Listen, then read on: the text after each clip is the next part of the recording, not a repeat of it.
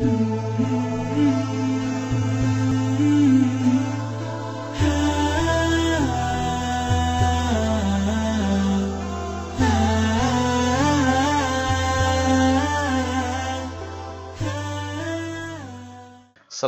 warahmatullahi wabarakatuh. Alhamdulillah, wassalatu wassalamu ala rasulillah wa ala alihi wa sahbihi wa man walah wa ba'd. Hadirin sahabat kemanusiaan yang dimuliakan Allah subhanahu wa ta'ala, bicara soal kebangkitan Islam, bicara soal izzah Islam, bicara soal peradaban Islam, maka kita bicara tentang pemudanya.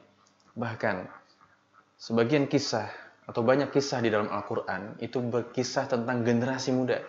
Bagaimana kondisi para anbiya, para salafun salih, ya, para orang-orang terdahulu yang dikisahkan tentang kondisi mudanya, bagaimana ia teguh dalam keimanannya, dan bagaimana ia taat kepada Allah Subhanahu wa Ta'ala apapun cobaan yang melandainya. Itu semua yang menjadi sebab, ya, dengan kekompakan, dengan persatuan di antara mereka yang kemudian Allah berikan atau Allah hadirkan kemenangan. Seperti juga jika kita mengkaji sirah nabawiyah, maka kita akan banyak belajar dari Nabi Shallallahu Alaihi Wasallam bagaimana membangun generasi baru, bagaimana membangun generasi yang isinya itu pemimpin semua, ya, sehingga kalaupun Nabi Shallallahu Alaihi Wasallam diwafatkan dan meninggalkan mereka, Rasulullah Shallallahu Alaihi Wasallam tidak khawatir, karena yang ditinggalkan adalah generasi para pemimpin yang kemudian mereka maju dan mulai memimpin dengan sebagaimana yang diajarkan oleh Nabi Shallallahu Alaihi Wasallam. Bicara tentang kebangkitan, maka kita bicara tentang anak mudanya. Karena apa? Anak muda adalah masa depan. Untuk satu kaum, satu kelompok, ya, kadang melakukan segala cara untuk mendapatkan masa depan. Ya, maka musuh-musuh Islam juga termasuk. Mereka ingin mendapatkan masa depan dengan cara apa? Tadi kita katakan bahwasannya anak muda adalah masa depan. Maka untuk mereka mendapatkan masa depan, sedangkan hari ini Islam mayoritas, maka yang mereka incar adalah anak mudanya. Sehingga ketika anak muda, para pemuda-pemudi umat Islam, lalai dari agamanya, lupa dari Tuhannya, kesempatan itulah yang akan mereka ambil untuk apa? Untuk bisa memimpin sebuah peradaban. Banyak kisah tentunya, banyak sejarah yang sudah membuktikan, termasuk jatuhnya Kesultanan Turki, ya, di mana para pemudanya mulai mengenal dunia. Begitulah yang disampaikan oleh Nabi SAW, bahwasannya ada sahabat yang bertanya, bagaimana kondisi umat Islam di masa yang akan datang, wahai Nabi? Kata Nabi apa? Banyak, umat Islam itu banyak nantinya. Hari ini kita saksikan, umat Islam mayoritas, tapi tidak memiliki taring, tidak memiliki auman, ya, tidak seperti singa yang menerkam mangsanya. Tapi banyak hanya menjadi buih. Karena apa? Karena penyakit wahan, penyakit hubbud dunya wa karahiyatul maut. Mereka terlalu cinta dengan dunia, terlalu cinta dengan materi, dan juga mereka terlalu benci dengan kematian. Mereka tidak siap mati. Padahal kalau kita saksikan para sahabat, ya, bahkan di awal-awal mereka baru masuk Islam, di hadapan mereka ketika itu, ya, bagaimana mereka diintimidasi, ya, bagaimana Sumayyah, bagaimana Yasir, ya, masih baru masuk Islam, kemudian syahid karena intimidasi fisik, ya, yang sangat mengerikan. Itulah yang terjadi di zaman para sahabat. Karena apa? Karena pemuda adalah satu. Karena pemuda adalah kekuatan di antara dua kelemahan. Sebagaimana disampaikan oleh Allah Subhanahu wa Ta'ala dalam surat Ar-Rum ayat 54, Allahul ladzi khalaqakum min dha'fin, summa ja'ala min ba'di dha'fin quwwah, summa ja'ala min ba'di quwwah dha'fan wa syaibah. Allah menciptakan kita manusia dari manusia yang lemah. Kapan itu? Masa balita. Kemudian naik lagi nanti menjadi manusia yang kuat. Nah, inilah posisi anak muda di sini, pemuda. Dan nanti diakhiri dengan manusia yang kembali lemah dan juga beruban. Itulah masa tua.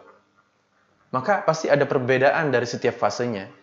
Masa kecil balita, tidak punya pengalaman, tidak punya ilmu, tidak punya tenaga, lemah.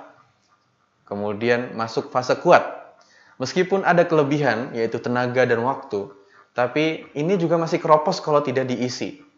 Ya, karena masih minim ilmu, masih minim pengalaman, ya, masih minim penghasilan juga kadang anak muda itu. Tapi kalau orang yang sudah syaibah, ya, yang sudah beruban, yang sudah tua, biasanya ya, dia tadi kondisi fisik sudah melemah, tapi pengalamannya banyak, ya, harta banyak, ilmu juga banyak, gitu ya.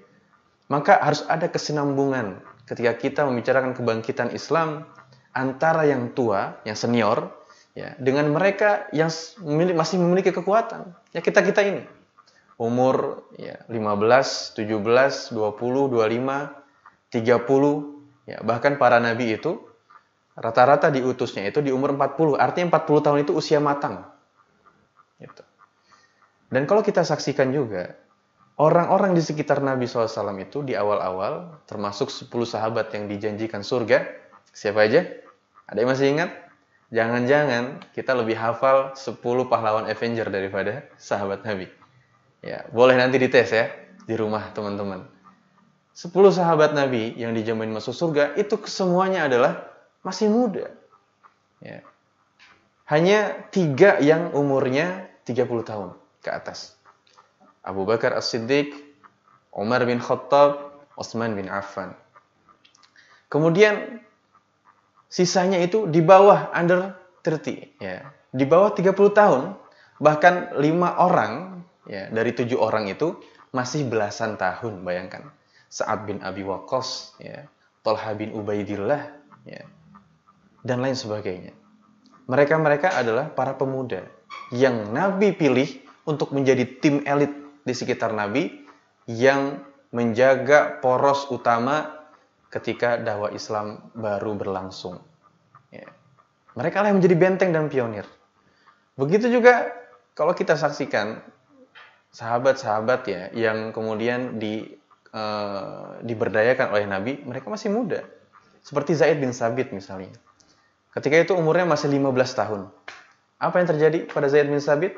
Ketika ia belum cukup umur untuk ikut berperang, berjihad, maka kata Nabi, tugas kamu adalah, ya, Nabi melihat potensi Zaid bin Sabit, dia bisa menulis, dia bisa membaca, maka pelajarilah bahasa Yahudi dan bahasa Nasrani. Tidak butuh waktu lama. Mungkin hari ini ada ya, kita les mungkin 30 hari, 40 hari, bisa lancar bahasa Inggris, dapat TOEFL dan lain sebagainya. Zaid bin Sabit belajar bahasa Yahudi hanya belasan hari. Bahasa Nasrani hanya belasan hari.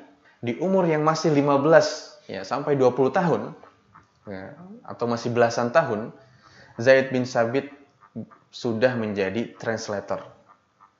Ya, sudah menjadi translatornya Nabi. Ya, dalam kegiatan-kegiatan diplomatis apapun yang Nabi lalui. Ya, dengan Persia, dengan Romawi, semua dikuasai oleh Zaid bin Sabit. Belasan tahun tuh masih umur SMP, teman-teman. Ya. Belasan tahun masih SMP. Kita lihat orang Indonesia sekarang. Ya, kita lihat negara kita. Belasan tahun ngapain? Ya, khususnya di zaman sekarang deh. Ya, generasi milenial, generasi Z. Ya, mereka disuguhin apa? Ya, apa yang mereka lakukan? Apa yang mereka pikirkan? Di mana orang-orang yang umurnya, sahabat-sahabat yang waktu itu umurnya masih belasan tahun sudah memikirkan hal-hal yang strategis, ya, yang berdampak untuk umat, yang berdampak untuk agamanya. Kita lihat lagi sahabat yang lain, Abdullah bin Abbas. Ya. Banyak sekali mercusuar ulama, ya, dari kalangan para sahabat setelah Rasulullah wafat. Ada Abdullah bin Umar, yang bertugas di beberapa negara setelah Rasulullah wafat untuk menjadi mercusuar Islam. Ada Abdullah bin Mas'ud yang kemudian ia menyebarkan Islam, ya, memanjangkan nafas Islam sampai ke Persia. Ada salah satunya juga Abdullah bin Abbas yang ingin coba kita urai kisahnya. Abdullah bin Abbas ini adalah anaknya Abbas bin Abdul Muthalib, pamannya Nabi. Pamannya Nabi, ya, ketika itu tidak langsung ikut hijrah dengan Nabi. Ya, ia ditugasi untuk menjadi intel Nabi di Mekah sampai tahun 7 Hijriah. Ya. Dan Abdullah bin Abbas itu lahir 3 tahun sebelum hijrah. Artinya umurnya berapa tuh? 3 tahun sebelum hijrah. Ya. Kemudian Rasul sudah 7 tahun di Madinah. Ya. Barulah Abdullah bin Abbas dengan ayahnya itu menuju ke Madinah. Artinya baru bertemu Nabi, ya, pertama kali itu setelah 7 tahun di Madinah. Artinya Abdullah bin Abbas itu baru 10 tahun ketemu Nabi. Ya. Sedangkan umur Nabi itu tinggal 3 tahun lagi tuh di situ. Ya, setelah 7 Hijriah, ya, dakwahnya sampai 10 tahun di Madinah itu, ya. Ada yang mengatakan wafatnya di 11 Hijriahnya. Artinya Abdullah bin Abbas hanya bertemu 3 tahun dengan Nabi. Tapi apa? Ya, outputnya setelah itu Abdullah bin Abbas menjadi mercusuar ilmu, ya, di negeri Hijaz ketika itu. Dahsyat. Hanya 3 tahun. Kita sekolah bertahun-tahun. Ya. Dari TK, bahkan sekarang udah ada sebelum TK, ya, playground misalnya. Dan kadang lebih mahal tuh biayanya. Playground, TK, SD, SMP, SMA, kuliah lagi. Ya, bahkan sampai kuliah pun, lulus kuliah masih pengangguran juga. Gitu. Abdullah bin Abbas 3 tahun sekolah sama Nabi. Ya, setelah itu apa? Jadi mercusuar ilmu. Bayangkan, 13 tahun. Imam Asy-Syafi'i, berapa tahun menjadi mufti? 15 tahun. Ya, artinya, kalau dipikir-pikir, kita boros juga. Boros umur gitu ya. Sedangkan sudah bertahun-tahun kita mengenyam pendidikan, tapi tidak juga ada yang bisa dijadikan manfaat, ya, dari skill yang kita miliki. Nah, ini harus jadi pelajaran dan renungan bagi kita, terutama para orang tua, karena nanti kelak kita akan ditanya, ya, untuk apa umur kita dihabiskan? Untuk apa masa muda kita? Ya, tentunya sebelum kita balik, ya, sebelum kita sudah mandiri, independen, ya, tentu orang tua masih memiliki tanggung jawab terhadap kita. Para ayah, para bunda, maka mohon, ya, nanti kita akan ditanya, an umri bima afna, wa an syababihi bima abla, fima abla, ya, tentang umurnya, ya, apa yang disuguhkan ke anak-anak. Handphone, apakah dia berhasil untuk memanajemen handphone tersebut, atau justru lebih banyak mudaratnya.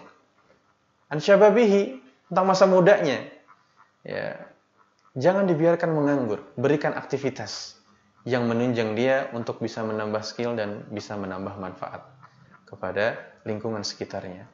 Maka hadirin sekalian, kembali, ya, kalau kita bercermin kepada di masa keemasan Islam, ya, di mana kita melihat ketika itu para pemudanya di siang hari mereka berjihad, mereka berdakwah, ya, bahkan harus merenggut nyawa dan lain sebagainya. Mereka ada di depan-depan benteng musuh, ya. Mereka ada memegang panah mereka, pedang mereka, menghunus panah mereka untuk melawan musuh, ya, musuh-musuh Islam. Dan kita juga saksikan ketika kita membaca sejarah, di malam harinya mereka khusyuk, tunduk, sujud kepada Allah Subhanahu wa taala. Ya. Maka jika kita ingin mengembalikan masa keemasan itu, kita hadirkan pemuda-pemuda yang sama dengan skill-skill yang luar biasa dan tentu tidak meninggalkan keimanan mereka terhadap Allah Subhanahu wa taala. Jika kita simpulkan, ketika umat ini ingin bangkit kembali, ingin meninggikan kembali izzahnya, ingin menguasai peradaban kembali, memimpin peradaban, ya, menjadi khalifah fil ard yang sesungguhnya, menjadi rahmatan lil alamin, maka kita harus berpikir besar. Jangan hanya soal Indonesia, karena kalau kita bicara tentang Islam, Islam itu global, bukan hanya di Indonesia. Ya, maka pemudanya harus berpikir besar juga. Maka pemudanya tidak sibuk dengan dirinya sendiri. Ya. Ini mungkin yang bisa kita sampaikan. Ya. Jika kita ibaratkan pemuda itu seperti air. Di mana air itu ada, maka air akan bisa dimanfaati oleh lingkungan sekitarnya. Tanah yang gersang bisa tumbuh tumbuhan-tumbuhan karena adanya air. Begitu juga pemuda. Jika peradaban Islam ini ingin tumbuh, jika peradaban Islam ini tidak ingin gersang, maka ada di antara fase manusia, yaitu para pemuda, yang akan ketika pemuda itu baik, ketika pemuda itu memiliki visi, ya, ketika pemuda itu seorang muslim dan mukmin yang belajar dengan sejarah, ya, maka peradaban ini akan dipimpin oleh Islam dengan wangi yang akan kita hirup dengan tenang nanti di yaumil akhir. Wallahu a'lam bishawab. Qul qouli hadza wastaghfirullah li wa lakum. Wassalamualaikum warahmatullahi wabarakatuh. Panjang ya?